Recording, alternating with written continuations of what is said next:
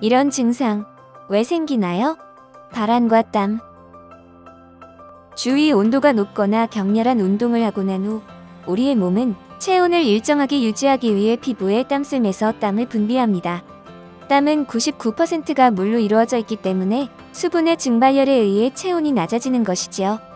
하지만 지나치게 과도한 땀은 일상생활에 불편을 초래할 뿐 아니라 몇 가지 질환의 의심 증상일 수 있습니다. 과도한 땀의 원인, 어떤 것들이 있을까요? 덥거나 스트레스 받을 때 땀이 나요. 덥거나 스트레스를 받을 때 땀이 난다면 이는 신체의 정상적인 반응으로 볼 수 있습니다.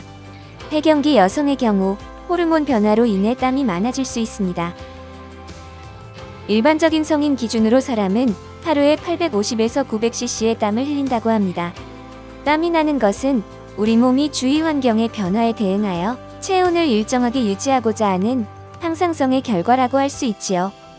하지만 사우나에 오래 머물거나 한여름에 지나친 외부 활동 등 특수한 환경에서 과도하게 흘리는 땀은 신체의 수분뿐 아니라 전해질을 배출시켜 탈수 증상을 유발할 수 있습니다.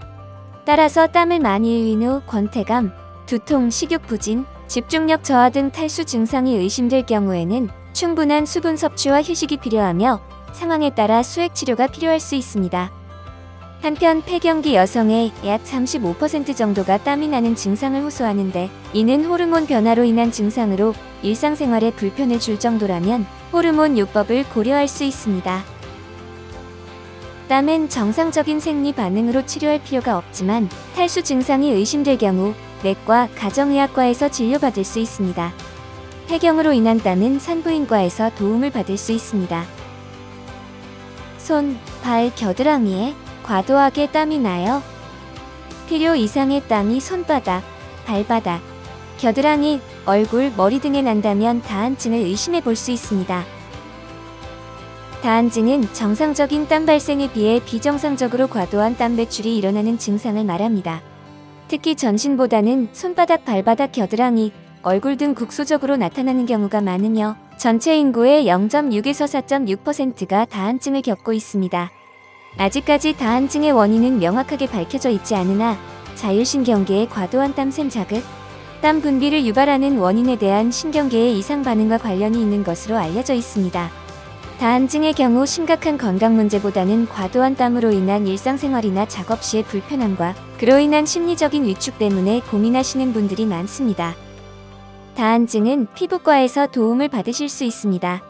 약물치료, 이온영동치료, 보톡스, 심한 경우 수술적 치료를 고려할 수 있습니다. 당뇨병이 있고 땀이 많이 나요. 땀이 많아지는 것이 당뇨병, 특히 저혈당의 증상 중 하나라는 것 알고 계셨나요? 당뇨라고 하면 혈당이 높은 경우만 생각하기 쉽지만 혈당을 조절하는 능력이 떨어지기 때문에 항상 저혈당의 위험을 동반합니다.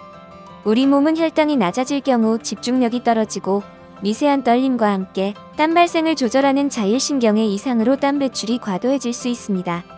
따라서 혈당이 가장 낮은 시간인 밤이나 새벽 시간, 식은땀이 나는 경험을 했다면 당뇨나 저혈당증을 의심해 볼 수 있습니다. 밤에 식은땀이 나는 증상은 저혈당증뿐 아니라 결핵이나 다른 감염성 질환으로 인해서도 발생할 수 있습니다. 당뇨병 환자는 이러한 감염성 질환에도 취약하므로 더욱 세심한 관리가 필요합니다.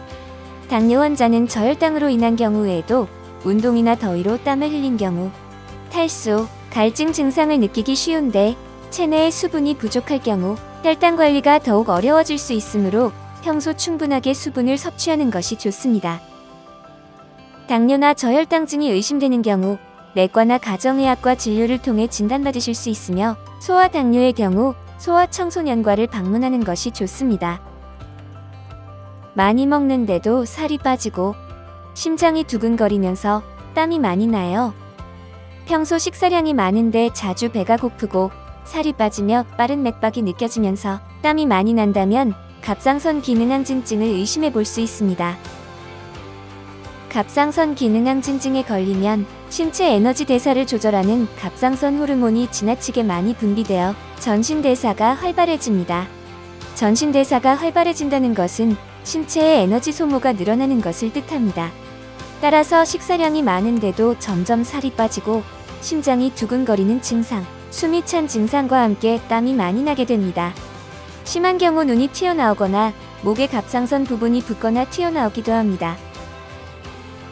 갑상선 기능 항진증은 내과에서 진료를 받으실 수 있습니다.